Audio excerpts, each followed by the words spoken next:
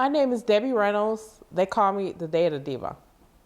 Today I want to talk about data privacy in Apple's HealthKit API.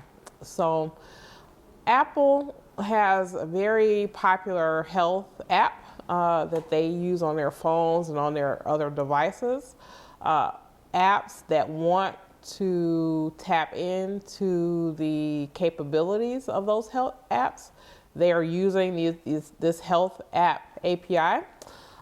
Recently I read a story, it's a bit eye-raising, about Spotify wanting to add code or are adding code to their app so that they can tap into this health API kit. And their purpose is that they want to be able to provide workout playlist suggestions based on someone's health. Now, this is a bit concerning because most people don't think that a company like Spotify would need their health data. Of course, this is a situation, especially in the Apple ecosystem, where the person would need to consent. But I think, we're going to start to see, I think we have seen some movement for companies trying to find reasons, even though they may be dubious, to be able to get more data from people, whether it be in their finance or their health area. So I think this is one of those things. I think, this is similar as well to situations where companies want to use, let's say, information about someone's accessibility features to maybe gather data on someone that maybe they did not intend to give.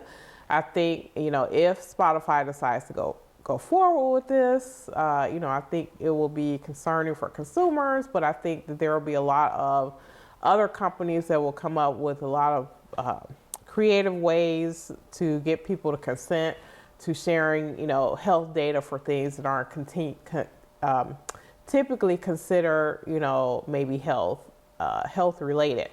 Also, I think, people who are developing these apps and also people who are using these types of apps need to realize that, consumer protection on data, especially around your health, is given freely.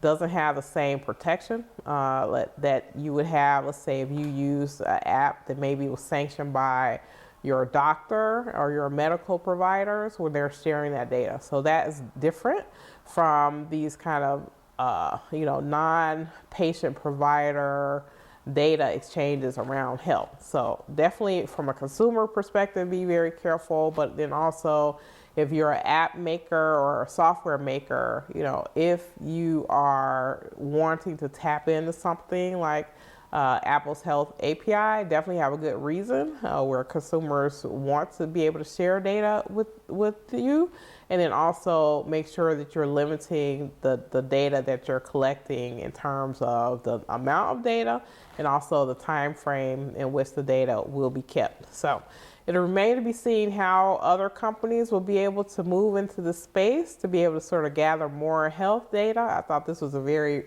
creative way to do it. I don't know, I personally wouldn't do this, but I think that, we'll start to see a lot more situations where companies will be asking for this type of consent from people to be able to share data in ways that maybe you hadn't even thought about in the past. That's it. Thank you.